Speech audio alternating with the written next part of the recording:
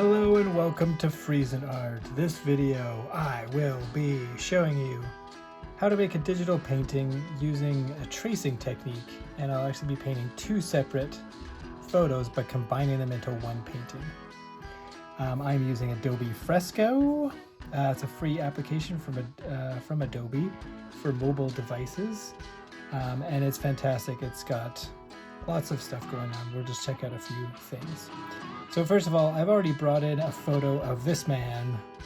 I found this on Pixabay, and I thought this was interesting. It's lifting so much weight, and then I was trying to make a bigger concept out of it, because I could just paint this and that would be a painting of a person lifting weights. So there's not much concept behind it. But if I want to build the concept, then what I can do is start adding something on there to actually say something. So I'm going to bring in a second photo, a photo of this elderly gentleman. And what I was starting to think about was, like, what if I painted this guy's face on either end and make it almost like a psychological thing. Like, this guy is lifting weights and trying to build up his body, all because he wants to get approval from maybe a father figure of some kind. I thought that would be interesting. So I'll bring this photo in as well, but I'm gonna work on this one later. So what I'll do is I'll tap on that. I'll say done. I've got it resized and it's over here. And what I'll actually do is I'll hide it.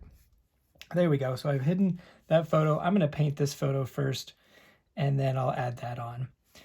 So there's a few ways you can do this. And number one, I think a really good way of painting using a tracing technique is to take your initial photo, your reference photo, and take the opacity down. Some people like to use blend modes. I like to use opacity because I can see everything that's going on here, but I'll be able to paint under it to make sure that I'm hitting all the spots that I need to.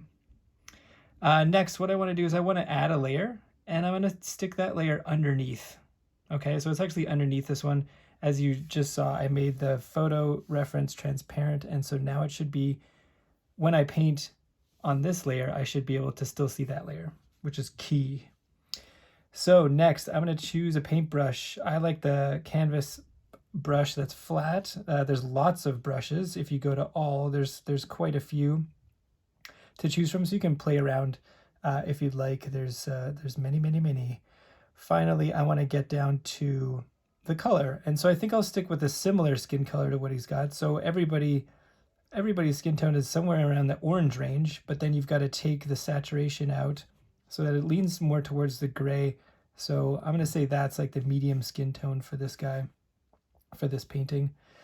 And the last thing I'll do is I'll adjust my brush. So right here I can drag up and down, make my brush size on the larger side right now, because I want to just go across this person and get all the skin color first, just a medium skin tone, and then I'll do a darker color after that.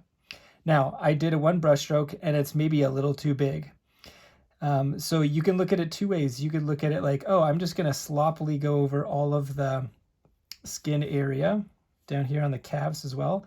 And then I can go into it and grab an eraser, resize that, and then I can bring it in and tighten it up if I want to. Okay, that's one way you could do it. Or you could do it the other way. Some people really prefer to be precise and just paint one time without any erasing. And that works as well. So either way is good. I'm going to make the brush smaller for that one. And then the great thing about tracing is you're able to zoom in and make it really easy. So, I mean, people that are super young that don't have a lot of control can make a really nice painting, drawing digitally, because you can make it so easy by zooming in, right? So once I'm zooming in, I'm going to go right along these parts where you see the skin, down all the way and up. And so if you're using a tiny brush, this will take longer. If you choose the right size where you can get it all quickly, but you don't have to, but not too big so that it is that it's kind of sloppy and you have to go back. So there we go. So you can choose whichever one works for you. There we go. I've successfully done that skin. Now I'll come down here, and what I'll do with the clothes, wherever you're seeing someone where it's overlap, where you're going to have clothes over top. What you can do is you can actually go a little bit further because you're going to build this thing up with layers.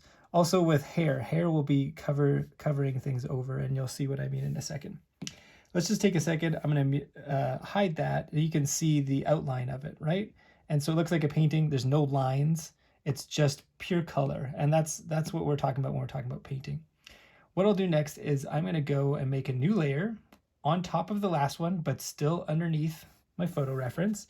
And now I'm going to grab some shadows.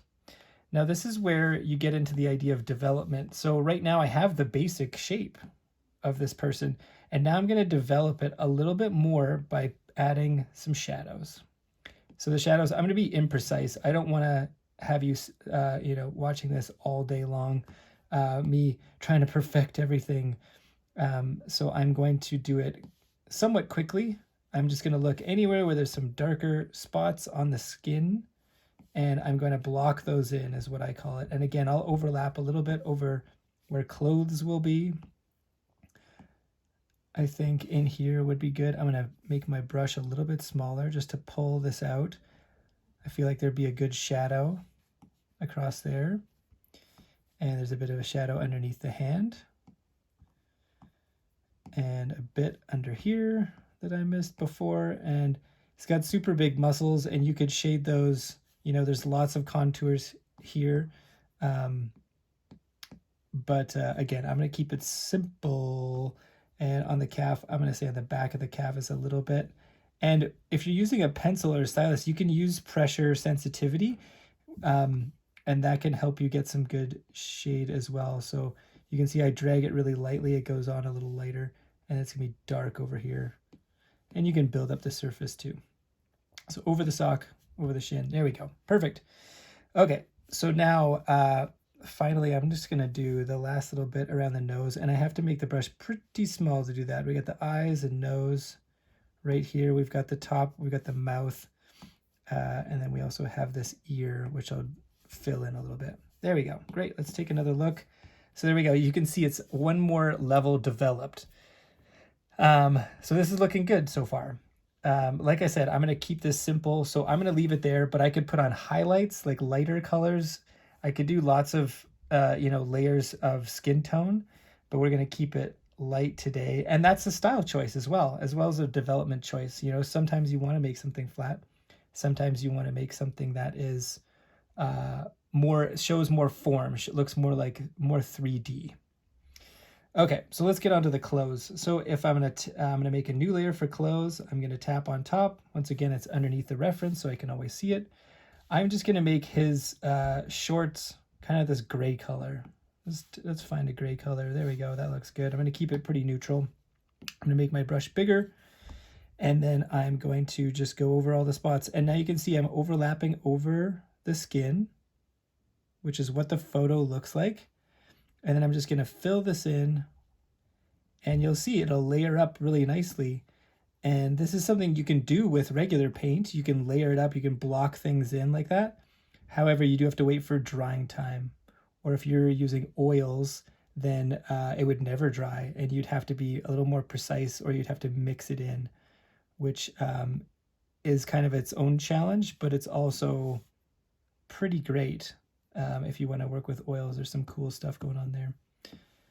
No one media is better than the other. They all have their advantages and disadvantages. And yeah, digital is great because there's no drying time. There's no cleanup and there's no drying time, and you can zoom in. There's some fantastic things that we find when we're into digital drawing. So you can see I'm putting the sock over the shoe, even though in real life the shoe goes over the sock. Don't worry, I'm going to put the shoe layer on top, and it's going to sit there real nice. So now we can see, if we mute that, he's got clothes. Hooray. So I have my choice, I'm separating the layers with every color. However, you can do things on the same layer. Just be aware that then they're stuck together forever. So if I want to do my shoes now, I'll stick with the red shoes. I think that's cool. Let's get some red shoes. I'm going to pick the red that I like.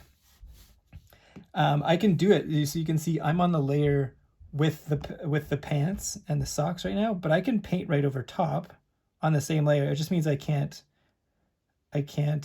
separate them after, which, you know, you might not be able, or you might not want to do. So sometimes it's a time saving measure if you just stay on the same layer. It's up to you. It's a bit of a safety net to have them separate, and you're taking a bit more of a chance having them together, but whatever. Let's show both ways. There we go. We got the shoes.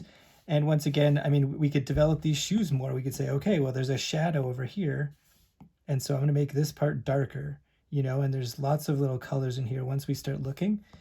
So I'm just going to do one dark shade, one shadow kind of one, and then the base color. So there we go. I'm always checking back and forth. So yeah, kind of half developed.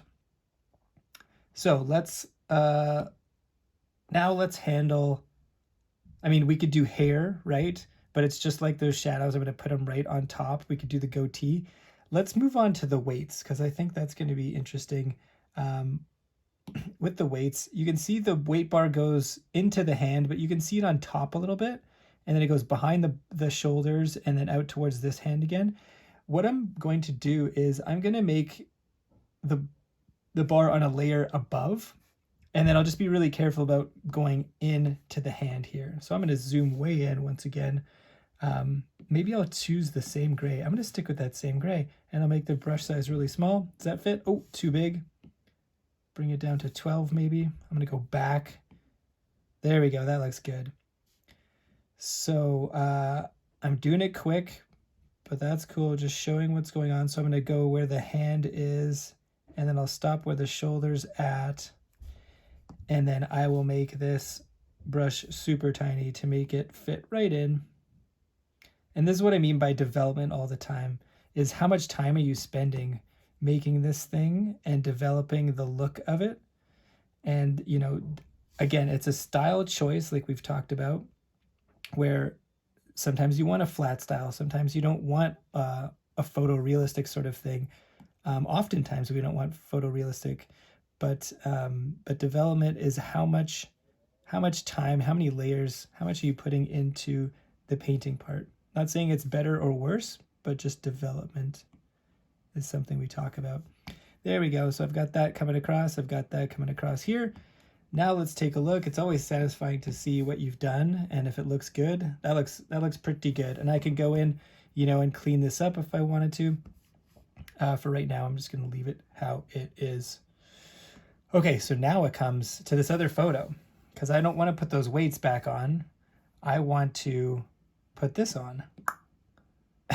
his father's face is what I'm calling it. So I'm going to leave that layer off with the bodybuilder, and I'm going to bring in this guy.